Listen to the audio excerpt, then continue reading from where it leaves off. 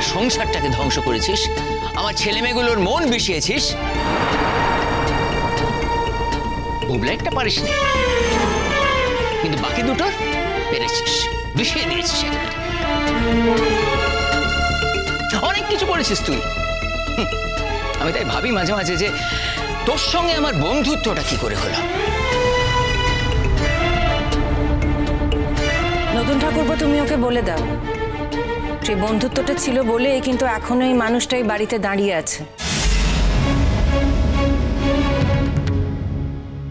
তা নাহলে অনেক আগেই তুমি পুলিশ ডেকে ওকে এই বাড়ির থেকে বের করে দিতে।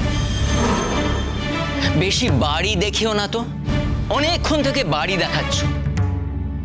এই বাড়িতে আমরা জন্মেছি, বড় হয়েছি। এই বাড়িটা হঠাৎ আকাশ থেকে না টবাস করে পড়েনি। আর নতুন যে টাকা দিয়ে বাড়িটা তোমায় কিনে দিয়েছে সেটা কেন, সেটা কি জানতে কারুর বাকি আছে? প্রতারণার দায়ে আমার এগেইনস্টে কেস করবে, তাই তো? আর আমি চুপ করে হাত গুটিয়ে বসে থাকবো, কিছু করব না। আমি শুধু তোমাকে নয়, নতুন কেউ ভাসাবো, এই বলে দিলাম। ইউ মোস্ট ওয়েলকাম চন্দ্র। আমি তোর কাছে এটা এক্সপেক্ট করেছিলাম, বরং তুই যদি এটা না করতিস সেটাই আমার কাছে একটু অস্বাভাবিক দেখত। এরপর তোর যা যা করার তাই তাই করার চেষ্টা করিস। You most welcome. বুড়িমা, এই পরিস্থিতিতে তুমি কি এ বাড়িতে থাকবে এখন, না আমার সঙ্গে আমাদের বাড়িতে যাবে? কি করে যাই বলো তো কাকামণি, এখানে তো আমার আরো দুটো ছেলে মেয়ে আছে। মা, কয়েকটা দিন ওই বাড়ি থেকে ঘুরে এসো। এই বাড়িটা তোমার, তুমি এখানে যখন তখন আসতে পারবে। আর এই বাড়িটা তোমার বলেই আমরাও এখানে থাকতে পারবো। তুমি ওখান থেকে ঘুরে এসো, অনেক তো ধকল গেল তোমার উপর দিয়ে। কাকিমা, যাও না, কয়েকটা দিন ও বাড়ি থেকে ঘুরে এসো। দাদান দিদিনের কাছে গিয়ে থাকলে তোমারও একটু ভালো লাগবে। তাছাড়া এতগুলো দিন ধরে তো অনেক ধকল গেল তোমার উপর দিয়ে। যাও, ঘুরে এসো।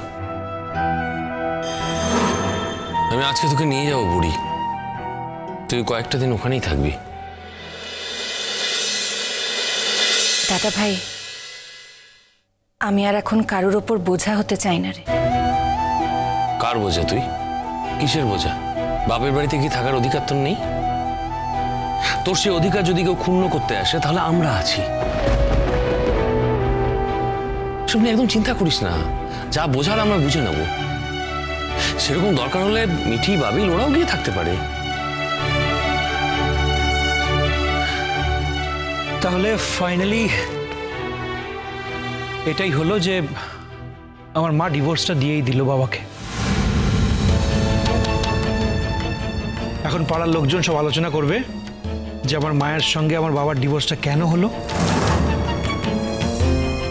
কারণ আমার মায়ের একটা এক্সট্রা ম্যারিটাল অ্যাফেয়ার আছে।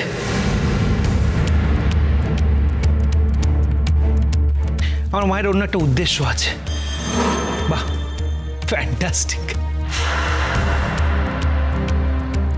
বুবলাই, আমি যতবার ভাবি তোকে কিছু বলবো না, তুই না আমাকে কথা বলতে বাধ্য করিস। তোকে সন্তান স্নেহে বড় করেছি, ভালোবাসি তোকে। আমি তোকে খারাপ কথা বলতে চাই না, কিন্তু এমন ভাবে তুই কিছু কথা বলিস যে আমি কথা বলতে বাধ্য হই। কি জানিস তো, আমি সব মেনে নিতে পারি, কিন্তু তুই সমানে তোর মাকে অপমান করে যাচ্ছিস, সেটা আমি মেনে নিতে পারি না। তুই তো কিছু জানিস না, জানার চেষ্টাও করিস না, তোর হয়তো মনেও নেই, কিন্তু আমি দেখেছি প্রতিটা মুহূর্তে তোর মা কিভাবে তার জীবনটা কাটিয়েছে। তোর বাবা চলে যাওয়ার পর কতটা শূন্যতার মধ্যে ওই মানুষটা কাটিয়েছে। কেন? আপনি ছিলেন তো। প্রত্যেকটা শূন্যতাকে পূর্ণ করার জন্য তো আপনি সবসময় ছিলেন। সে কথা তো আমরা সবাই জানি। সেই তো, তুমি কি জানো, কতদিন এসছো, কতটা দেখেছো। এনিওয়ে বর্ষা, তোমার কথার উত্তর দেওয়ার আমি প্রয়োজন বোধ করছি না। আমার বৌদি ভাই সম্পর্কে এখানে যদি আর কেউ একটা কথাও বলে, আর সে যদি একটা বাইরের মেয়ে হয়, তাহলে আমি কিন্তু ছেড়ে দেবো না। শোনো, আমাকে নিচে নামাতে গেলে না আমি অনেকটা নিচে নামতে পারি, সেই প্রমাণ আমি তোমাকে দিয়েও দেব। আর তোমার ব্যাপারে যে সমস্ত তথ্য প্রমাণ আছে আমাদের হাতে আছে, সে মনে আছে তো?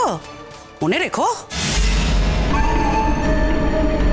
তোমাকে তো আমি কিছু বলিনি পিসিমণি, তোমার তো গায়ে লাগছে কেন গো?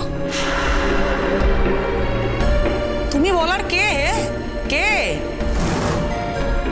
তোমার নিজের ব্যাপারে এত কিছু বলার আছে, তুমি আবার অন্যকে নিয়ে কি বলবে বলো? আমাকে নিয়ে কিচ্ছু বলতে পারবে না। আমাকে নিয়ে বলার মতো না তোমার কাছে কিছুই নেই।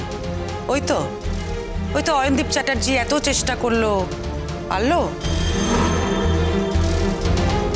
কিছু করতে পারলো কি? আটকাতে পারলো আমার বৌদি ভাইয়ের ডিভোর্সটা? পারলো না তো। ধর্মের কল বাতাসে নড়ে না, এই কথাটা বদলে আমি বলবো, সত্যের কল বাতাসে নড়ে। যা সত্যি তা ঠিক প্রমাণ হয়, আর যা সত্যি মানুষের জন্য সেটা শেষ পর্যন্ত ঠিক বিচারই দেয়। আমার বৌদি ভাই বিচারটা পেয়েছে। দাদা ভাই, তোর মনে হচ্ছে না যে আমাদের বাবা শুধু মাকে নয় আমাদেরকেও ঠকিয়েছে? যখন বাবা আমাদেরকে ছেড়ে চলে গিয়েছিল আমাদের কত বয়স ছিল? আমরা ছোট বাচ্চা। বাবা নিজের উদ্দেশ্য পূরণ করার জন্য মাকে ঠকিয়ে চলে গেল। বোঝার চেষ্টা কর, শুধু মাকে নয়, বাবা আমাদেরকেও ঠকিয়েছে। বুঝতে পারছিস তুই? দেখ বাবিল, আমি তো আমার বাবার কথাই বিশ্বাস করব। আমার বাবা আমায় যা বলেছে আমার কাছে সেটাই ধ্রুব সত্যি। একজন বাইরের মহিলা কি বলছে, আই ডোন্ট কেয়ার। বুবলাই, শেষ পর্যন্ত তুই যে আমার উপর ভরসা রাখতে পেরেছিস না, এর থেকে বড় পাওনা সত্যি আমার কাছে আর কিচ্ছু হতে পারে না। আমার নিশ্চয়ই অনেক স্বীকৃতি আছে জানিস তো, তাই তোর মতন ছেলে পেয়েছি যে আমার প্রত্যেকটা কথা বিশ্বাস করেছিস মনে প্রাণে।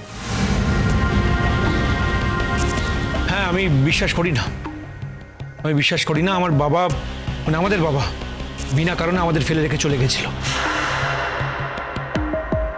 নিশ্চয়ই আমার মা এমন কোনো কার্যকলাপ করেছিল যার জন্য বাবা চলে যেতে বাধ্য হয়েছে। আর না হলে তাই আমি বলছি, তাই নাকি? আপনি বলছেন তাই? তা তখন আমি কার সঙ্গে কি কার্যকলাপ করেছিলাম একটু খুলে বলুন না প্লিজ। তোর লজ্জা করে না লক্ষ্মী?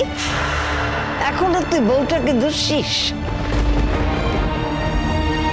নতুন বউ 3টে বাচ্চাকে নিয়ে কি হিমশিম কাচ্ছে, আরে আমরা তো চোখে দেখেছি। তখন কে কার সাথে কি করবে, কার সময় আছে? ছি ছি ছি ছি, নিজের ছেলেকে বাঁচানোর জন্যে ধর্ম বিসর্জন দিয়েছিস। বুবলা, ইউ আর ব্রিলিয়ান্ট, কিন্তু একটা কথা বলে রাখা ভালো, তুই যে সময়কার কথা বলছিস সেই সময় বিদেশে ছিলাম। তোর মা কিন্তু চাইলেই আমার সঙ্গে যোগাযোগ রাখতে পারতো না। আমারও তোর মায়ের সঙ্গে কোনো রকম যোগাযোগ ছিল না, অথচ তুই মায়ের নামে এই অভিযোগটা করলি। তার মানে তুই অন্য কারোর কথা বলছিস। কার কথা বলছিস তুই? কে সে? কি নাম তার বল? চিরসখা হে